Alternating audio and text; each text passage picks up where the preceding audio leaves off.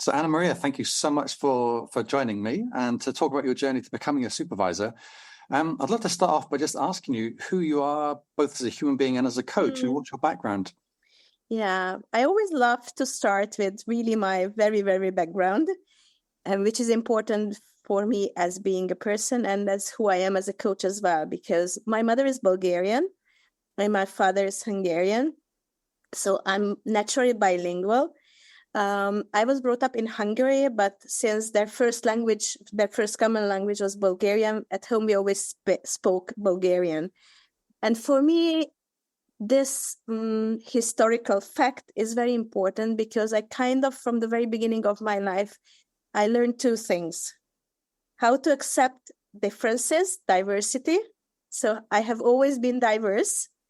I lived in a very small country where my family was the only family who was of foreign origin or who spoke more than one language. And also I'm left-handed, I'm very short. So I have a lot of diversities which come from my historical background. And at the same time, I learned how to translate from one language to another. And for me, as being who I am a coach, both of these things are very important. So we are all diverse in my view, and I have to accept, or I want to accept, and I can accept all of these diversities because I learned how to accept myself with all these diversities in the world, and I learned how to translate between or among these diversities. So that's my very, very first important thing which I would like to share about myself. Otherwise, my very first degree is a secondary school teacher in biology and English, language and literature, and I was teaching for 1 year secondary school students, and then I have a degree in HR, I have a degree in work and organizational psychology, and also, of course, in coaching, and I have a diploma in team coaching as well. So I'm really devoted to learning and to expanding my portfolio in learning. And I think all these approaches are connected with who I am or where I come from. Yeah, it's interesting, isn't it? I always remember Steve Jobs talking about the idea that you make sense of life by looking backwards at the breadcrumbs. And sometimes we can look back and go, oh, that's where it's come from. When you look back, can you think about what was the energy that led to you choosing coaching as the next step in your career rather than something else that was perhaps related but different? Yeah. Actually, I decided to become a coach when I was an HR professional. And kind of rooting from my secondary school teacher career, which lasted only for 1 year, because I was very sure that I would love to be in connection with people and to work with people. But I was very sure that secondary school students are not my age. So I very shortly decided that I would like to deal with adults, and business environment was something very natural for me. And I loved working in and mainly in multinational companies because this diversity was given there. And that was where I first met coaching as a methodology. And as I was always interested in psychology, I also knew that I don't want to be a healing person. I very much believe in prevention and in changing of approach and of thinking. So that's why coaching seemed to be, from the very first moment I heard about it, something which is connecting all the values which are important for me. Because in my reading, coaching is something which comes before the psychological therapy. Interesting. Yeah, that's very, very interesting. I know a chap called Nash Popovic. I think he's Croatian, and he wrote a book called Personal Consultancy, in which he almost flips it and says that first that comes the counselling, where you get rid of all your not get rid of, but you release all your pain, and then you go into coaching. But in a sense, you can almost think of it as coaching is preventative, but if it goes wrong, it's therapy. Then you go back to coaching. Yeah, exactly. They can start growing again. Yeah, very interesting. And you actually brought together a group of 8 Hungarian ICF coaches from your chapter, which was fascinating because the ICF has had a bit of an ambivalent relationship with supervision versus, say, mentor coaching. I'm kind of curious, what led you to think about becoming a supervisor and, hopefully gathering a group of your colleagues together? Yeah, actually, I think I have to mention one of my colleagues, Csaba Csetneki, who has been the president of the ICF Hungary Chapter for, I will lie, I don't know how many years, but for several years, I think 4 or 4+, and has been part of the board for over 7 years. And we've been together in the board for over 4 years. So he was kind of my boss because I was the credentialing director in the Hungarian chapter. And at that time, because the Hungarian chapter was from the very beginning, devoted to CSR activities, we kind of invented a special service for these CSR activities, offering coaching supervision for those who are offering the CSR activities for the chapter. So that was the very first step, and it was, I think, 10+ years ago when we started these services. And at that time, I was already working as a mentor coach, because knowledge sharing and also, CSR activities for the profession of the coaching profession were very important for me.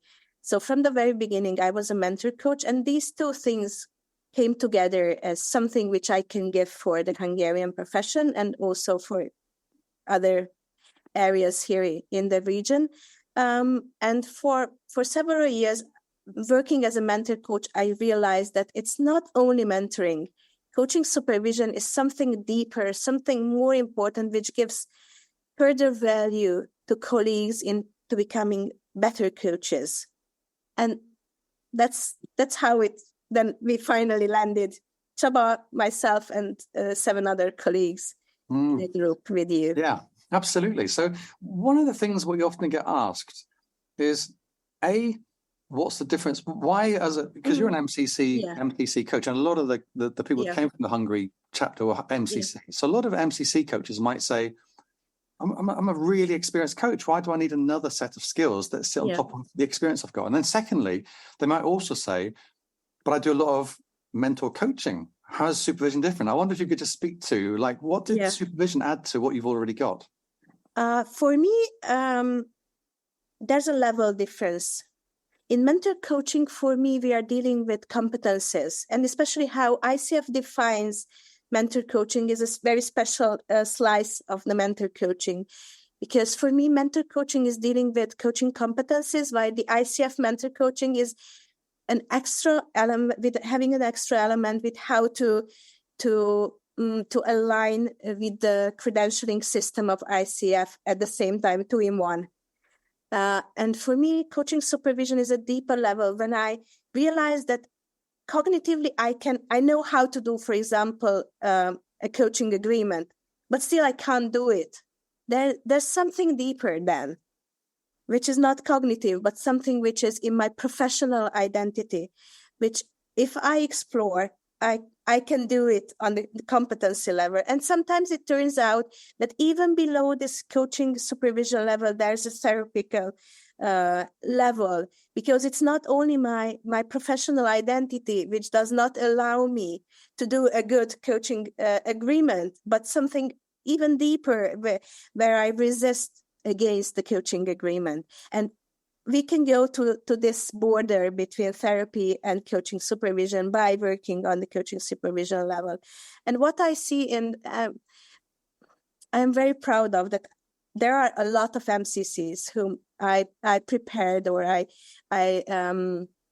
was working with becoming MCCs, and we have over double the number of MCCs compared to the number of ICF members here in Hungary than the global average.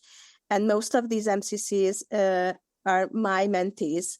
So for me, somehow, and I tried really to be not, that doesn't sound like, I don't know the words.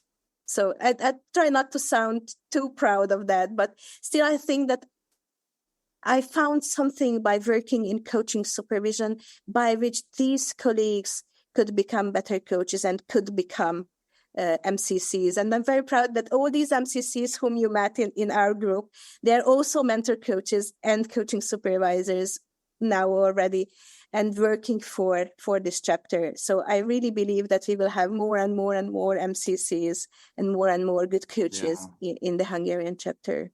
That's amazing. I mean, I think in a sense it's about leaving a legacy, isn't it? As an MC, one of your micro legacies, if you like, is leaving this MCC pool, which is great. And for you, as you went through the course, Annamária, were there areas that you felt you really had to expand and grow yourself rather than just, well, I know that, but now I've got my certificate? Where were the growing edges for you? Yeah. We are preparing together on Friday on the workshop with you. And I already told you that for me, the three functions of supervision was something extremely new. I knew about the 7I model previously and all those things, but and also all the Hungarian colleagues shared this, that for them, the three functions was something very new. And especially the normative and the restorative function, which we kind of neglected before, knowing that this can be, or this is part of coaching supervision. And this gives me a permission to, and a kind of a relief that, oh, yeah, I was doing it, or sometimes I tried to do it, but was always unsure whether I can do that as a coaching supervisor or not. So this gave me self-confidence in using these two functions, and also a lot of awareness what can be part of these two functions. And also I found a cultural difference here. Hungary, or the Hungarian culture, is on one hand a very individualistic culture, and at the same time very masculine in the Hofstede system. What does it mean? That we very with difficulty we can accept help in our culture. So it's kind of a difficulty for a coaching supervisor to function well. And also being a masculine culture means that the one who is cleverer, stronger, braver is the more valuable part of the society. So there's kind of a rivalry in our culture, and the coaching approach is totally opposite to that. So it's always difficult for colleagues and for clients as well in our culture to learn this opposite culture. And that's why when we become MCCs or become coaching supervisors in our culture, the telling mode, no matter whether there's legacy for that or not, is always difficult. Because we always feel that, okay, but I want to distance myself from this masculine and individualistic thing. So how can I then go back? And this was also a change in my mind, that really there are occasions when it's good and helpful to use the normative and the restorative function. So it sounds a little bit like the journey is figuring out how to use those functions is in a way that isn't a response to or a reaction against the underlying culture. Exactly. But is an authentic, necessary moment in time for that learner. Yeah. Yeah, very interesting. And final question from me, and I'd love to have any final thoughts from you. But how do you, when you look to the future now, how do you see yourself using supervision? What's the path? I don't know. Yesterday I had an idea, because yesterday I had a coaching supervision for the ICF chapter. And it was, I think, the very first time that I saw everyone. There were 4 participants, and everyone was familiar to me. And I've already met them in previous coaching supervision sessions. For over 10 years, I'm doing these CSR coaching supervision, and this was the very first occasion. At least 1 or 2 participants I always knew. And for me, it was a very good, how to say, a good feeling, actually, that people are coming back. And 2 of them shared that I already signed for 3 coaching supervision sessions in the ICF chapter, because I know that I will have, in the CSR projects, I will have dilemmas.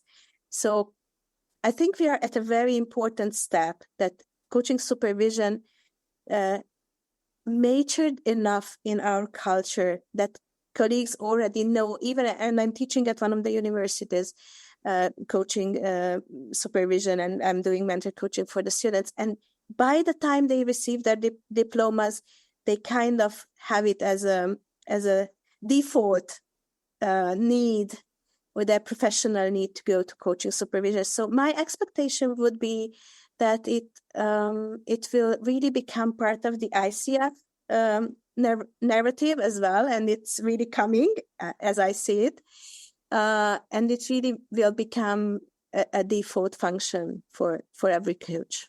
Yeah, that makes sense, because it definitely seems to be coming, doesn't it? Now I think the team competencies require supervision. You can use supervision for CCE, and they have their own coaching supervision. We call it community of learning. So the question is, will they develop competencies which are unique to supervision? Let's hope so. Well, great. Thank you so much. Is there anything else you want to share before we close off? No, thank you very much. It was my pleasure that I could share. Thank you so much, Annamária. Absolute pleasure to talk to you. And I'll see you on Friday. Yeah, see you on Friday. Bye.